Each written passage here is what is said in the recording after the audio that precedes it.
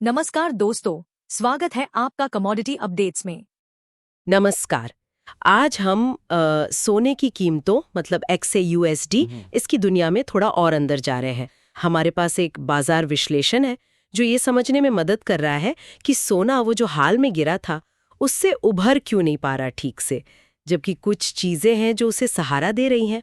तो आज का हमारा मिशन, वो कौन सी ताकतें हैं जो सोने को ऊपर नीचे खींच रही हैं? ब्याज दर की उम्मीदें हैं, भू राजनीतिक तनाव, और फिर ये ट्रेड वाली आशा। एक रस्साकशी सी लग रही है। चलिए देखते हैं कि क्या चल रहा है असल में। बिल्कुल। ये एक क्लासिक मामला है जहां कई अलग अलग दिशाओं की ताकतें एक ही चीज पर, सोने पर असर डाल रही हैं। दिलचस्प बात यह है कि ये फैक्टर्स आपस में कैसे इंटरैक्ट करते हैं, कौन किस पर भारी पड़ता है। तो शुरुआत करते हैं कि सोना अभी है कहाँ। विश्लेषण कहता है कि मंगलवार के एशियाई सत्र में थोड़ी खरीदारी हुई।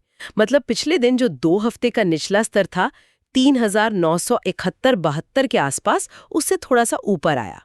लेकिन ये संघर्ष क्यों?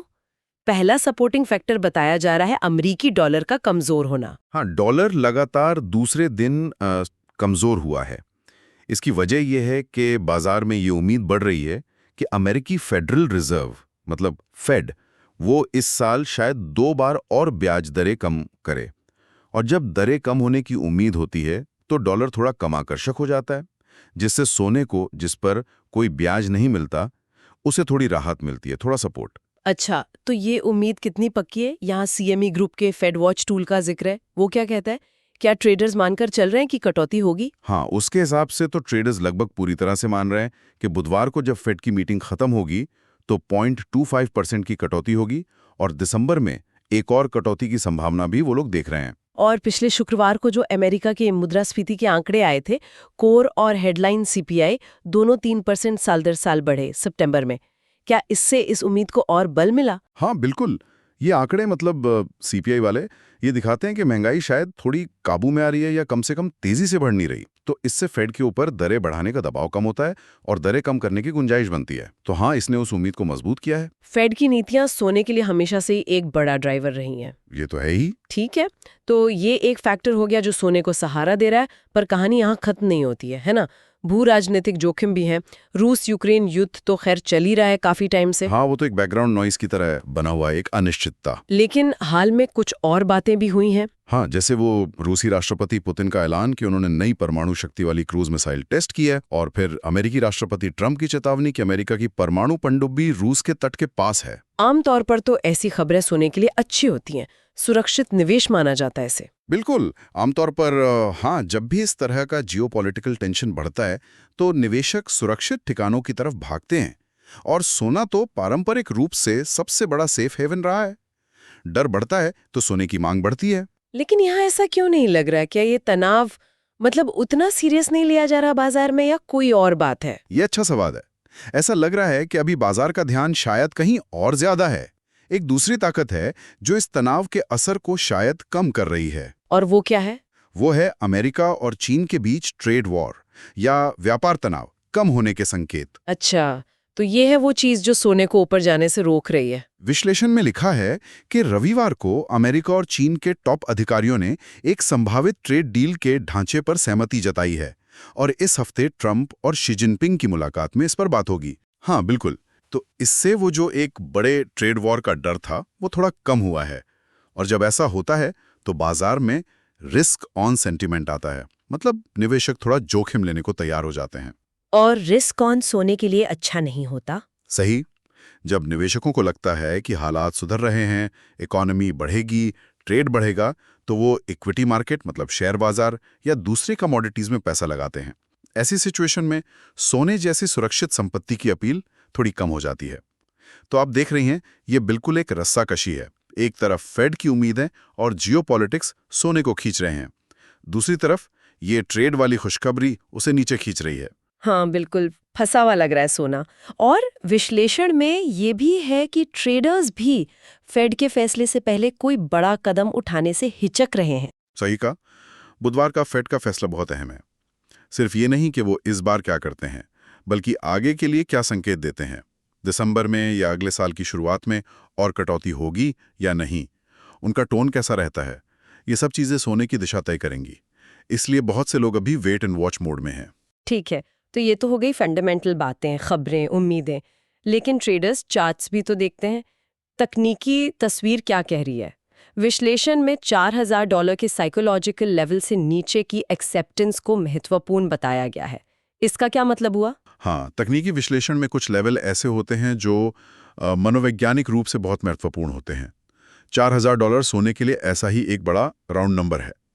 जब कीमत ऐसे लेवल के नीचे निर्णायक रूप से चली जाती है और वहीं टिकी रहती है, तो इसे अक्सर माना जाता है कि बेचने वालों का पलड़ा भारी हो रहा है।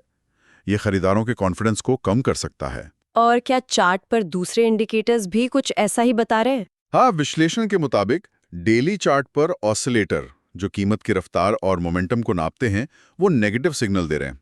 इसका मतलब है कि गिरावट की जो रफ्तार है वो बनी रह सकती है या शायद बढ़ भी सकती है।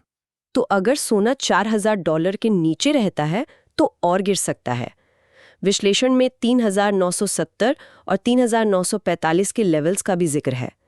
3945 को जुलाई अक्टूबर रैली का 38.2% फाइबोनाची रिट्रेसमेंट लेवल कहा गया है। ये फाइबोनाची क्या होता है और ये लेवल क्यों अहम है? फाइबोनाची रिट्रेसमेंट एक टूल है टेक्निकल एनालिसिस में।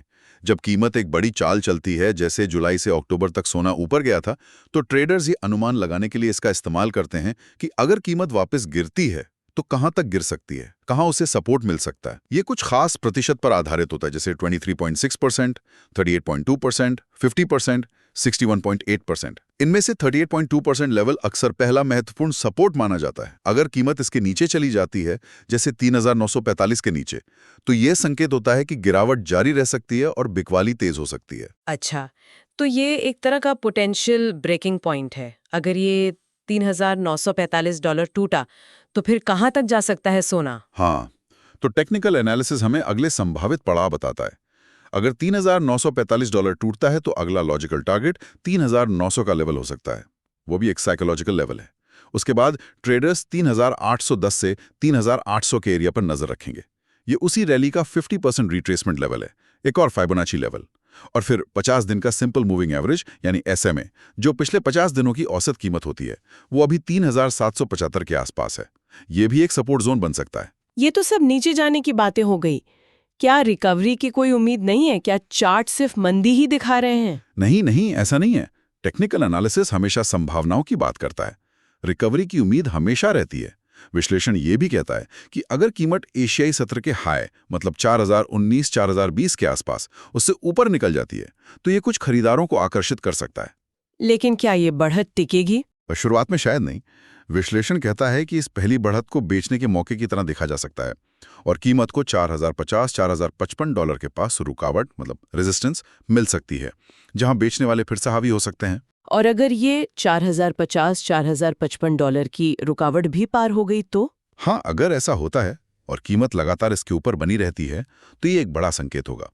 ये शॉर्ट कवरिंग रैली शुरू कर सकता है, मतलब जिन्होंने सोना गिरने पर दाव लगाया था उन्हें वापस खरीदना पड़ेगा। इससे खरीदारी का दबाव और बढ़ेगा। ये रैली कीमत को $4109-4010 तक ले जा सकती है, जो 23.6% फिबो लेवल है। और अगर खरीदारी का मोमेंटम बना रहा इसके बाद भी? अगर मोमेंटम $4110 के पार भी बना रहता है, तो ये जो हाल का नेगेटिव नजरिया था, उसे काफी हद तक खारिज कर देगा। मतलब खरीदारों ने कंट्रोल वापस ले लिया है।